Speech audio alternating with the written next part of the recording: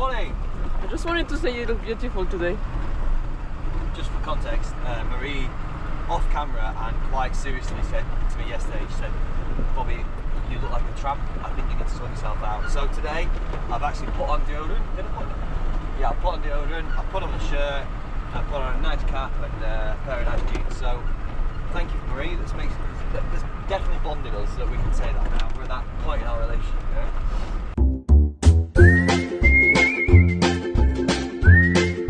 It's early doors, so we're heading to Dunchambe today, but we're stopping for a few calls. We've got a call, just like a family catch-up, and then we've got a call with Covered, one of our sponsors, and Sherpa, who we're looking at doing something with, maybe doing some merchandise with them, so that's pretty cool. So, busy day. Can we have a donkey? I want 5 donkeys. Aww.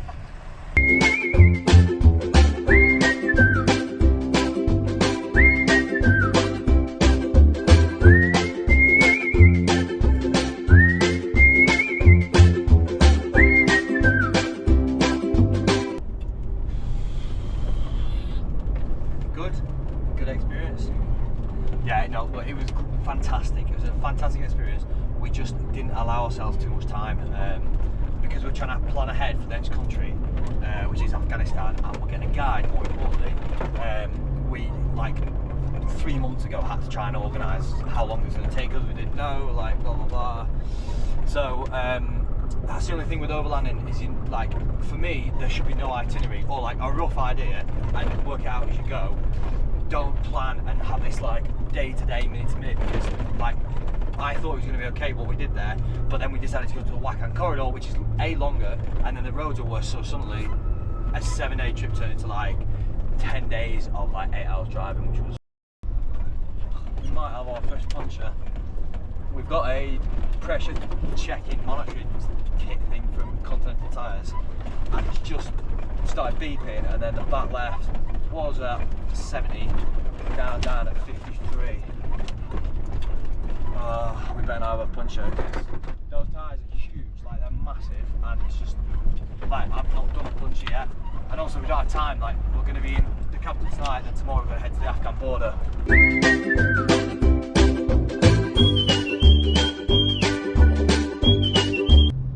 I don't know what you're talking about.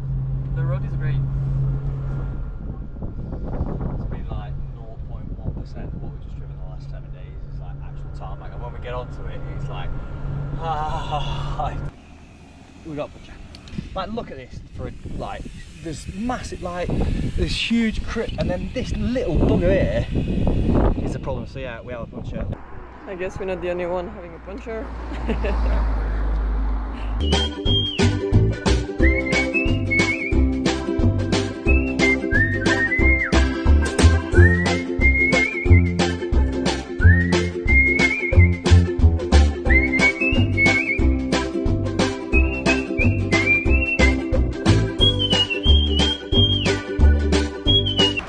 Basically, the tyre's leaking as we're inflating it, and we can't get air in it fast enough because it's a tubeless tyre, so it's not biting on the bead.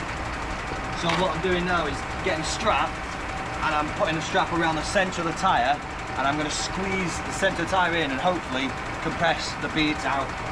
I say hopefully because I've never done this before.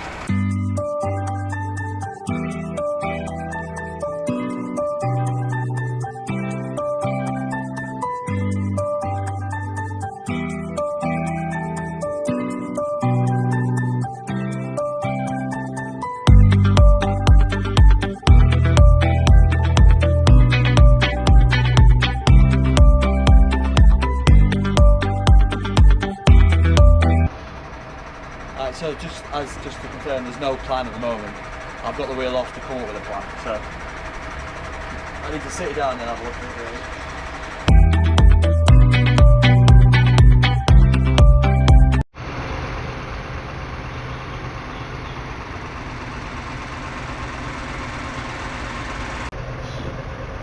So we can't get the rim basically is wide, and then the tyre beads on the inside are smaller, and what we need to do is seal that gap, but obviously you can't, like, I can't get anything in there. I can't compress the rim, so I'm trying to now like flip the tyre and press it down so gravity does it. And then what we tried to do is then lift it up so it did that, but which worked, but then the top came loose. So we tried everything from like compressing the wheel to doing everything. So the next thing I'm going to do is I'm going to put the winch around the wheel like I did with the strap, but the winch is a lot stronger than the strap, and try and really squeeze the middle of the tyre and push it out. That's the next step. The final step then is to get some mastic or silicone sealer and use that as like rim lock and put that around the tyre to see if it'll like get a grip. But like, probably why you're not changing the tyre. I'm not changing the tyre in the middle of the city centre, because getting it down will probably knock this wall down or write a car off, and then my trick for getting it back up is a tree. But like, there's no, like, we're in a bit of a busy side street, like we'll kill someone. It's just not happening. So truck life, you know.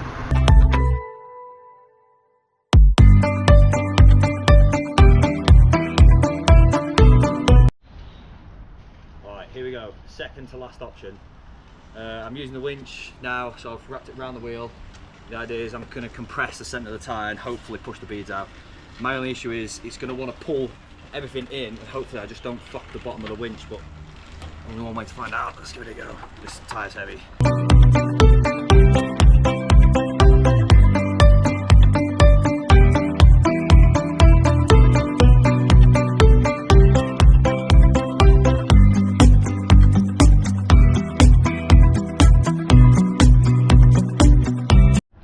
Right, so it's getting more and more elaborate.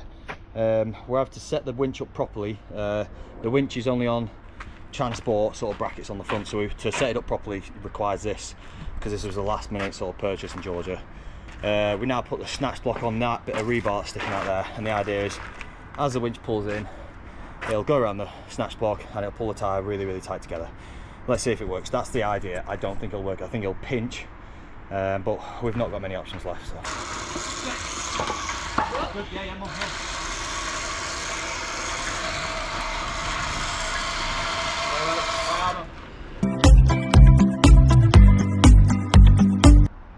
Alright, so basically we don't have any bead lock. This is the problem. So I think when fitting a tyre, they'll put this like glue on.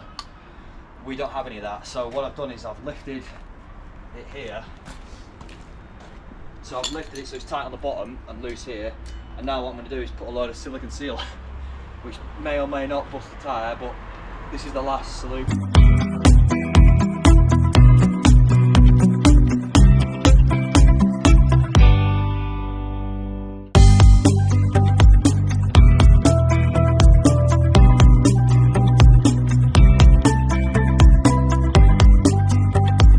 So here's like the last redneck plan.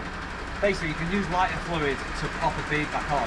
It's like last case for me because it's just dangerous, and because we've got split rims, as in they come apart, then you put fire and an explosion on a rim that comes apart, and it's like, well, we don't have any option. So the principle is essentially we spray this and we create a bit of a flamethrower. So now what I'm going to do is do this and light it, and it'll explode the bead back on there, and I'll put this on to stop it hopefully exploding into my face and the wall. So let's see.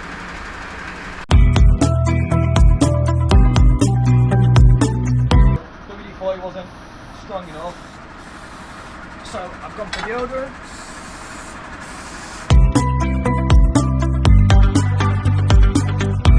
No, Johnny. Yes, it fucking worked. No way. It fucking worked. No way. I can't believe it. It's done it. It actually worked. The only issue is this has got a lot worse. So you know that problem we've just solved? That little tiny leak that was really small yesterday is now turned into, well, impossible. So the next plan, Marie, is to take the tyre off, take the split rim off, and then pull thing. Jesus Christ. Okay, what I'm tempted to do now is just clean up and make like flat around the hole, so then we can glue it. I think this is what they do. I don't know. We're just going for it, aren't we? Right, so I'm going to use a bike inner tube. Now all I need to do is stop it from, like, the air should push it and stop the leak. It doesn't need to be anything exciting and it doesn't need to last forever. So we're going for a multi-layer approach. We're going for a little baby one. We're going to stick on first and then we're going to put a bigger one on, knowing that this one we can get a really good seal on, but this second one might not be so good.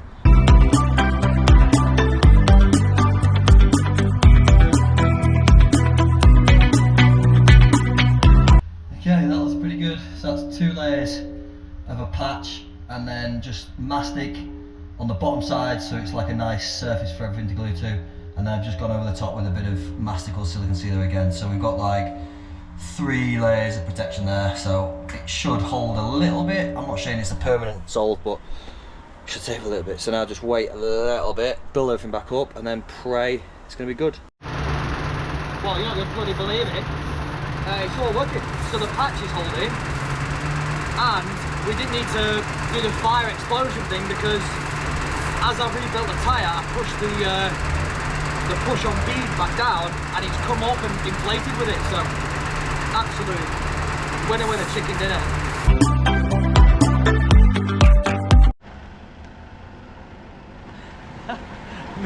Louise just silently held the camera in front of me. I think it's important to maintain like a trusting relationship here, that we're completely transparent and the patch has failed.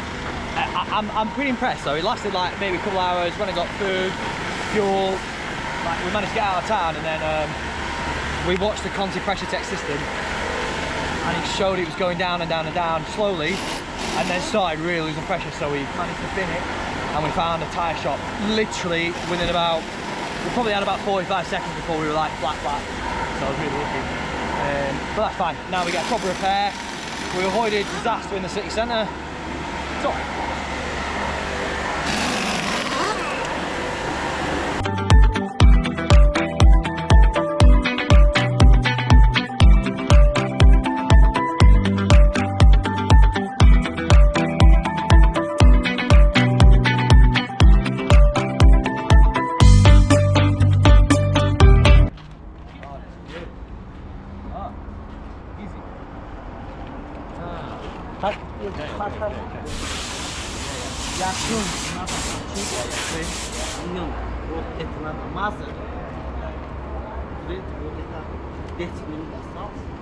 Oh, so you go that and then wait.